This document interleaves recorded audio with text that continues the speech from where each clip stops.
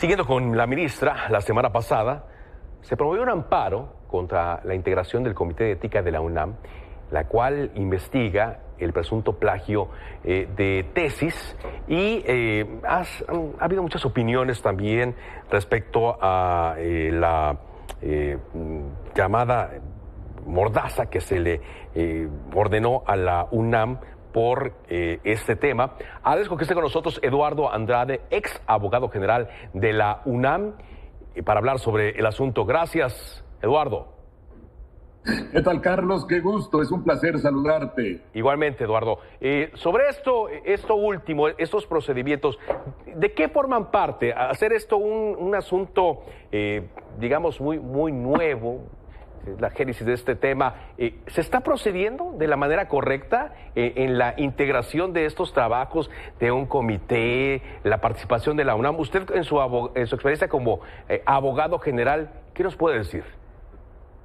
Bueno, yo creo que efectivamente hay graves deficiencias en los procedimientos. Lo he dicho desde los primeros días en que surgió el tema en diciembre, porque conozco la legislación desde hace mucho tiempo, sé que no hay una norma establecida en la legislación universitaria que permita hacer un juicio de esta naturaleza e incluso llegar a la posibilidad de la anulación de un título que ha expedido válidamente la universidad. Eso lo dijo también el abogado general actual, porque los procedimientos administrativos deben hacerse conforme a una normatividad muy clara que señale todos los elementos de esos procedimientos, y aquí no lo hay.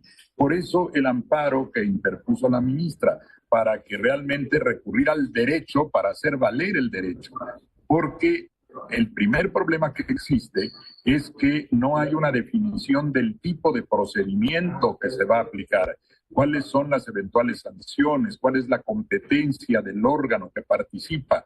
Hoy leía yo en un artículo publicado en un diario que se dice que hay una jurisprudencia que estaría en contra del amparo, de la suspensión que se concedió a la ministra por una jueza, diciendo que en un caso de la Comisión Nacional Bancaria y de Seguros se ha establecido por el Poder Judicial Federal que una vez que se inicia el procedimiento, este no debe ser afectado por un amparo, porque precisamente el procedimiento es para definir el derecho que pueda o no tener la persona a la que se va a juzgar.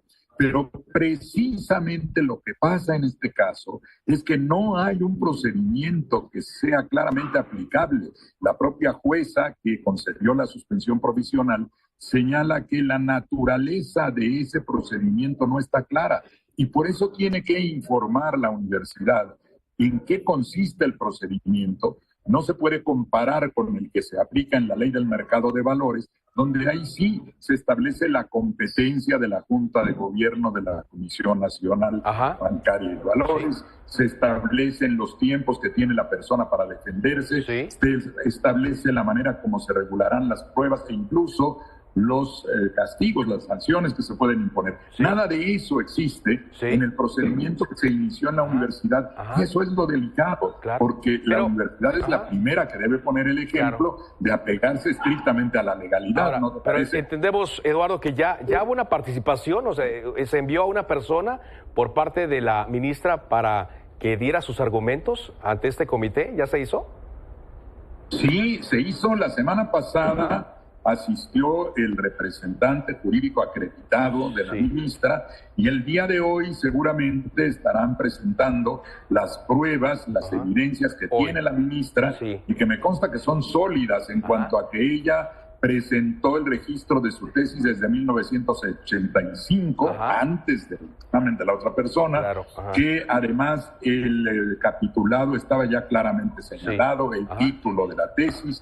Hay algún dictamen en cuanto a lingüística que demuestra que el estilo empleado en la tesis de la ministra en el grado de doctorado es el mismo estilo del grado de licenciatura que está puesto en duda, y que no se ha probado de ningún modo que constituya una infracción, porque los títulos fueron registrados desde antes, y cuando definió el Comité de Integración de Integridad, académica de la FES, definió que había una copia, no señaló cuáles fueron las bases de un posible dictamen que hubiera señalado esa circunstancia. Se sabe que los textos son en un 90% iguales, pero lo que ya se ha determinado, por lo menos en las pruebas que ha presentado la ministra, es que su texto fue anterior al de la otra persona. Y es sobre lo que, en todo caso, desde el punto de vista ético, puede emitir una opinión el comité de ética de la universidad, pero no puede imponer una sanción. No puede imponer una sanción. Entonces, ustedes están participando, están llevando las pruebas, están siguiendo los pasos como se estableció, pero dice la integración de este comité de ética es lo que están cuestionando. No, fíjate que ahí ha habido una confusión en las notas. Lo que se cuestiona son los lineamientos que sirven de base, que de hecho son normas que se aplican para la conformación y el trabajo y el desarrollo de actividades de ese comité. Es todo el paquete normativo que pretende aplicar el comité, pero dentro de ese paquete no hay una sola disposición que señale un procedimiento sancionador, porque es lo que se ha alegado en la jurisprudencia que te decía. Lo ha dicho el mismo rector también, de que no hay un proceso. Entonces, bueno, hoy presentan las pruebas, ¿y qué sigue después de esto? Mira, yo creo que van a ir en paralelo los dos asuntos.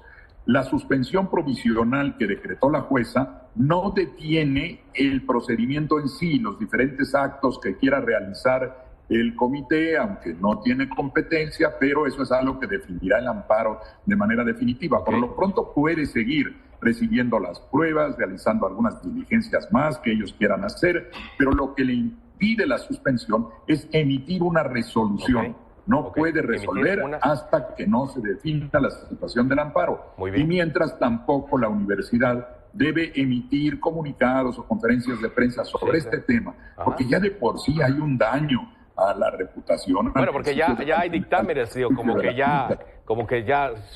se hubiera hecho el plagio, ¿no? Sí, porque el dictamen da esa impresión y entonces se ha condenado ya en las redes sociales, en muchos medios, como si fuera autora de una infracción la ministra, cuando no se ha determinado todavía ni siquiera cómo se valoran las pruebas que ella ya está presentando. Bueno, ¿le parece si conforme vaya avanzando platicamos, abogado?